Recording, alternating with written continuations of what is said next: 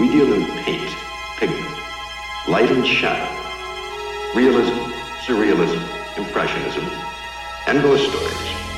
An interest in the oddball, a predilection toward the bizarre. And this place is nothing if it isn't bizarre. There's no admission, no requirement of membership, only a strong and abiding belief in the dark at the top of the stairs, or things that go bump in the night. The name of this place, should you have come in here accidentally out of the rain, is the Night Gallery. Welcome back, art lovers, to Midnight Viewing, the Night Gallery podcast, where we discuss Night Gallery, Rod Serling's follow-up to The Twilight Zone. I'm Father Malone, and here with me in the gallery are Dreams for Sale, the Twilight Zone 85 podcast's Mike White. Are you the Messiah? Oh, I am. Also joining us is Dreams for Sale, the Twilight Zone 85's Chris Stashu. You may have heard of these things before. They're called ghettos. Listen, this is Season 2, Episode 13. This aired originally on December the 15th, 1971. The episode is split into two segments. Those are The Messiah on Mott Street and The Painted Mirror. Of course, you're all here by invitation, but don't let it disturb you if these paintings per se don't happen to be your thing. These are rather special paintings, the kind of hangings generally put up with a noose. This painting, for example, is of a rather special world. What has become perpetuated in the language as the ghetto, that dismal realm of pushcarts and poverty, where hopes are stamped down like dirty shoes on snow. Death is a commonplace visitor to these somber alleys, but occasionally someone else visits. Our painting is called The Messiah on Mott Street, and this place, should you not already know it, is the Night Gallery. Oh boy, we're in for a Rod Serling kind of an evening. The Messiah on Mott Street is written by Rod Serling and directed by Don Taylor. He is a returning director to Night Gallery. Guys, you know the other episode he directed? They're tearing down Tim Riley's bar. This one stars This is the moment I wish I had the soundboard for He's a Jolly Good Fellow, because really... Literally the only thing missing from this episode. Wow, you know what? You're right.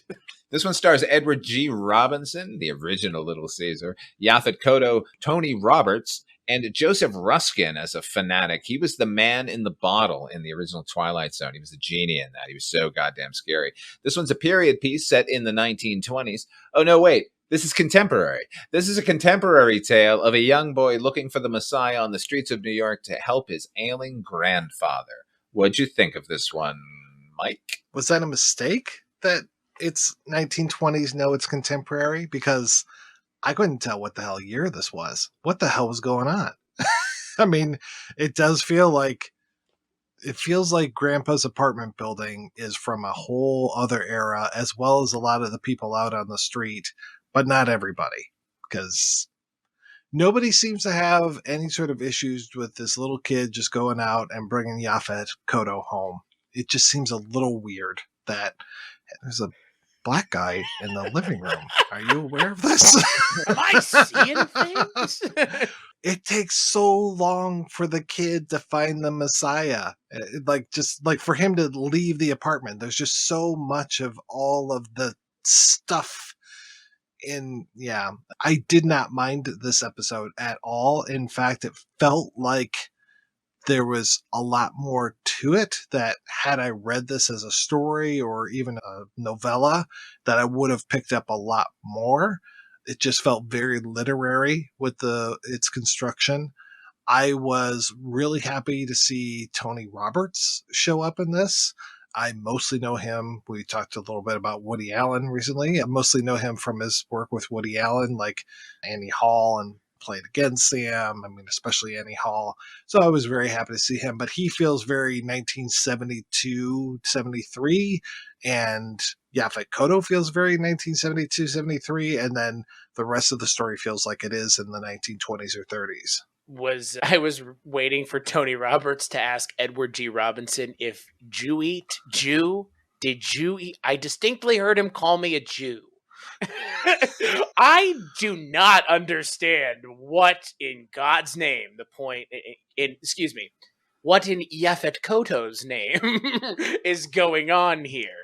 Was this segment 40 minutes and somehow Rod Serling went into the TARDIS with it and added another 40? I've never seen a segment take so long. Like I 36 I was Wow. feeling hyperbolic, but more or less correct. Like it's fucking insane. I cannot believe that somebody thought that anybody would be compelled by this. I think we all know the story that they're getting at and the message that it's trying to, I guess, attempt to get out. But wrong way to go. I mean, if Camera Obscura was a little long, if the last episode had some segments that were a little long, holy shit. This is probably the worst segment I've seen on this show in terms of the length feeling double what it actually is. It is a sensitive take on the Jewish experience centered around Christmas time. Way to go, Rod. I don't know who Santa is. Wow.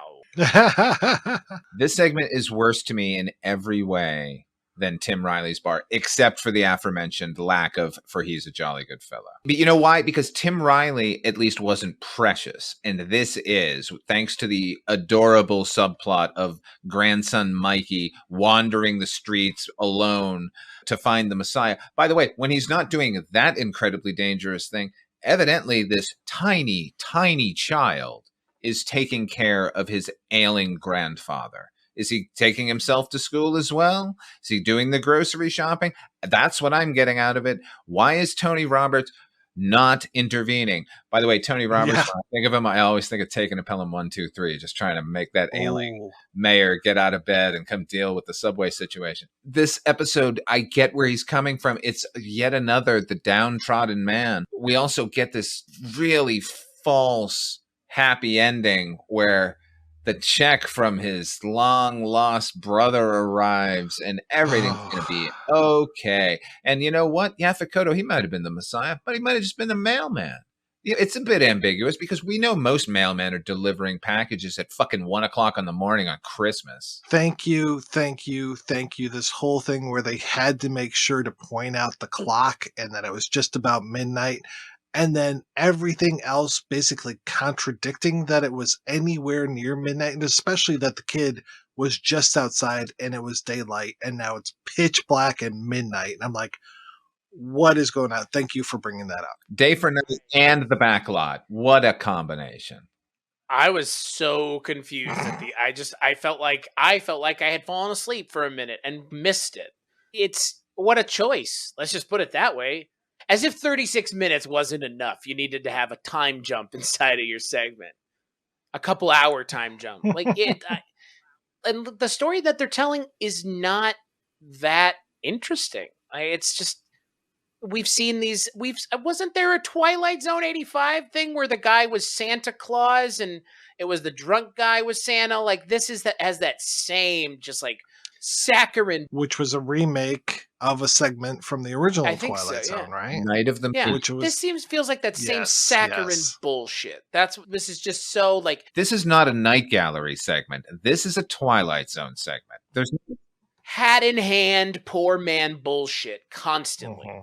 Having Edward G. Robinson think he's like facing the angel of death for 2 seconds does not equal a horror tale. This is a tale of fantasy. And it has no place. I don't care if this is their Christmas episode, and it is, because it aired on December the 15th. But I don't care if it is their Christmas episode. Yeah, well, I mean, they do point out that Jewish children do not know who Santa Claus is, per Rod Serling.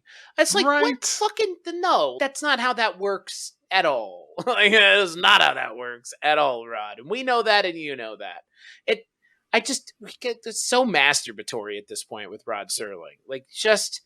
I need 40 minutes of this 50-minute show to tell this story. You know what? Whatever, Rod. Fine. Sure. We'll go and shoot our segment with Zsa Zsa Gabor. Whatever, Rod. It's just at some point, it's like, when is enough too much? And it's like 30 minutes is a little much for this show, frankly. But it's good to see Yaphet Kotto. I mean, he's got 3 lines, but the man is walking gravity. And just that the last interaction between him and Tony Roberts is pretty good. It doesn't redeem anything. It's just good to see great actors doing work. We, all of us, have a kind of fascination for mirrors. There's a most appealing mystery to what is on the other side of the looking glass. And occasionally we turn into Alice. Our last selection in tonight's gallery, a very special looking glass, and it's called The Painted Mirror. All right. Our next segment is called The Painted Mirror. This one was written by Gene Kearney, based on a short story by Donald Wandre. He's one of Lovecraft's circle of writing friends. This one was also directed by Gene Kearney, starring Zsa Zsa Gabor, Arthur O'Connell, and Rosemary DeCamp. She was in 13 Ghosts. This is a story of a thrift store handyman at war with his garish proprietor who discovers an ancient world behind a mirror glass. And that ancient world has a distinct high school stage quality. What do you think of this one, Chris? I thought you were going to say backdrop at Sears quality. It wouldn't be that groovy at Sears. It blows my mind that in 1971, Zsa Zsa Gabor was 54. Wow. Yeah. She seems sprightly here, considering what we all kind of remember her as in the 80s. Well, I was going to say the last time we saw... smacking police officers. Well, and the last time we saw Zsa Zsa Gabor, speaking of police officers, was in the opening segment of Naked Gun 2, 3? Yeah, where she goes and smacks the top of Drebin's car. And that's, 15 years after this? So... I have no frame of reference for Zsa Zsa Gabor and what makes her famous. I mean, I know what makes her famous now, but that was way before my time. So I get her shtick in this episode, and she plays that shtick perfectly. If she's essentially the Paris Hilton of the 60s and 70s, which is, I mean, kind of maybe sort of a socialite or socialite adjacent person, what have you, fine. I get it then. And I don't know, I think not to say that the last segment needed more time, but maybe this segment needed less time, but I think the segment still kind of works.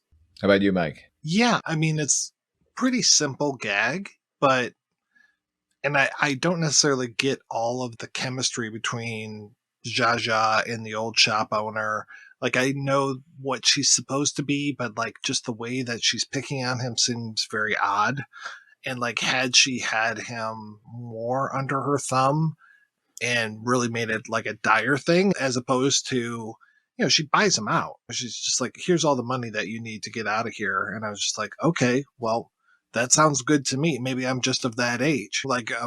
Oh, you're going to buy me? Okay, cool. That's great. He doesn't seem like he should be that hard up after it.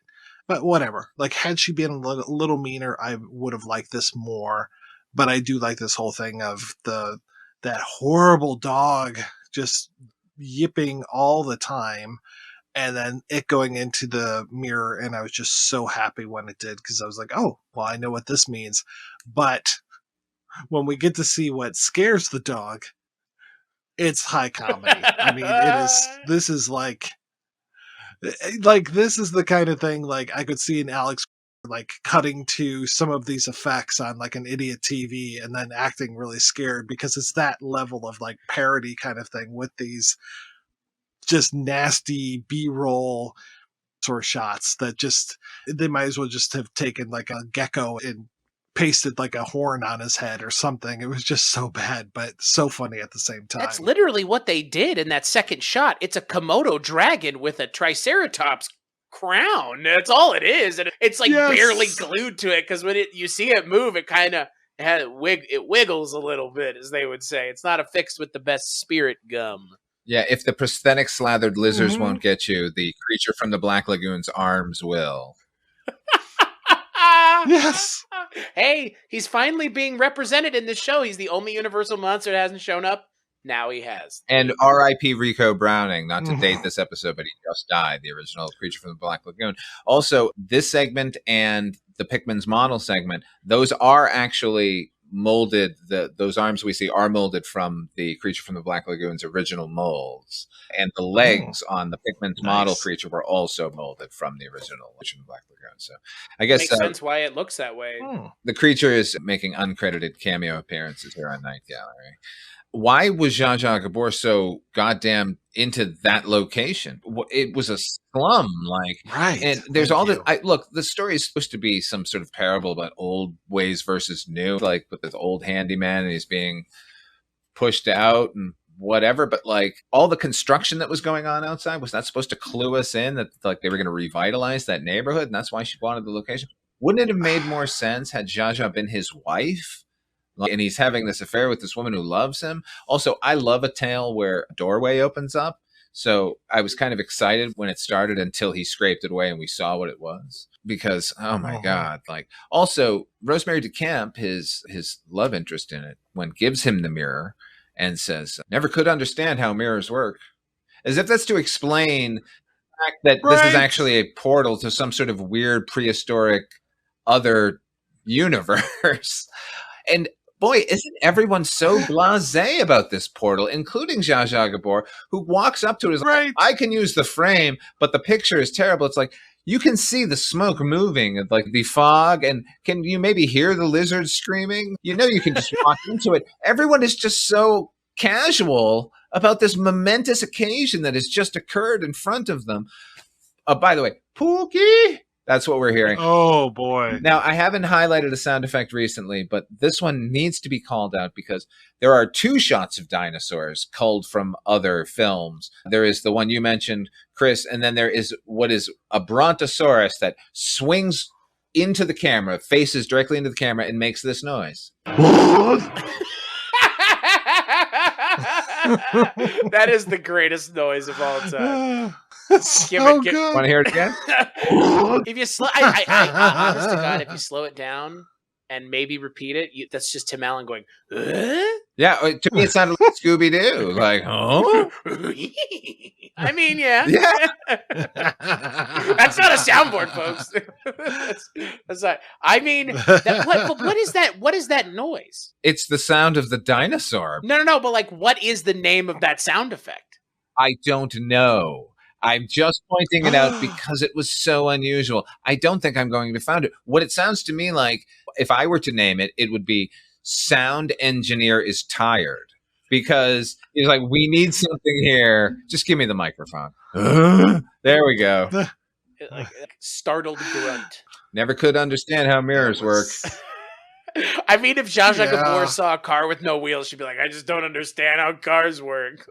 Yeah, well, the mirror's painted and the car has no wheels. Like, the writing sometimes on the show is just really good. On complete display here. As a former Los Angeles resident, I just want to say the opening shot is some B-roll that they shot of the 405. Man, the 405 has always been a parking lot. Jesus Christ, I thought it was bad when I was there. It apparently has never stopped being bad. Anyway. Is this not just a blackout sketch that's like 5 minutes too long? Yeah. All we needed was harried man, horrible woman, proprietor, like bearing down on him. Here's a mirror. He's get to work on that mirror. We got to get out. Yeah. Oh, pushes her in. By the way, the moral of this story, hooray for murder. I was actually expecting when they scraped the mirror away, it would just be mustachioed George Wendt. Oh, yeah. We saw that in the Twilight Zone 85. Yeah. Yeah. That's why I was just thinking these, like, I don't like this. This is such a gimmick that's been used a bunch of times, like the mirror that has something on the other side. And, you know, I don't know, it's fun, right? Yeah, but the moral of the story is it's okay to kill your partner. It just, a bad person deserves to die. Okay? Exactly. My moral judgment has been made. All right, we're going to play a preview for our next episode, and we'll be right back to wrap up. Item number 1 over there. It could be a gentleman sitting in an electric chair, but it isn't. What it depicts is, in a sense, a method of execution that we humans reserve for other humans who happen to be dissimilar to us. You're about to look under that hood and meet firsthand one of the different ones. Tonight's first excursion into the realm of the unusual. Jealousy is what we normally paint green, and jealousy provides the springboard of this particular painting. It offers up the bottom line of what can happen to human beings when trust is wiped out by suspicion. At this point, it ceases to be just a kind of titillating tale of human comedy. It becomes what it is, a horror story. Our painting is called Tell David.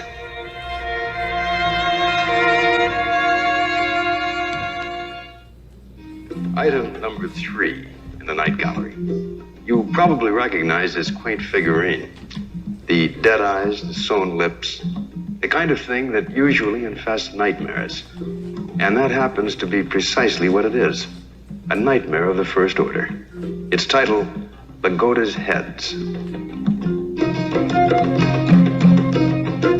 That's right. On the next Midnight Viewing, we'll be taking a look at Season 2, Episode 14. That's broken into 3 segments. The Different Ones, Tell David, ... and Lagoda's Heads. One of those is about British colonials in Africa. Will it be racist? You'll have to tune in to find out. And until then, where can people find you, Mike White? You can find me over at the Projection Booth Podcast, which is available at projectionboothpodcast.com, as well as weirdingwaymedia.com, where you can also hear me on a few other shows, including Rankin on Bass and The Life and Times of Captain Barney Miller. Hey, I'll go. You can check out Weirding Way Media for Chris's stuff like Cranking on Ass podcast. The one time, Mike, you had one opportunity to not do it, and it was too much. Just breaking on bass. Well, you can find me on the internet at weirdingwaymedia.com. Like Mike mentioned, that's where you can find my movie podcast, The Culture Cast, and so many other shows that Mike and I have worked on, like The Kolchak Tapes, Dreams for Sale, and let's mention a random show, Twisted and Uncorked. Those ladies are pretty funny, and you should go listen to them and find out how funny you think they are. What about you, Father Malone? Where can people find you? You can find me at weirdingwaymedia.com and hear my show, Noise Junkies, I do with HP, and Mondo Heather's Heather Drain. It's a music podcast, or Dark Destinations. It's a half-hour radio drama I write and produce. Or if you want to check out my visual stuff, go over to fathermalone.com. So fathermalone.com or weirdingwaymedia.com. Go to all of those places. Thank you all for joining us here at Midnight Viewing. The gallery is now closed.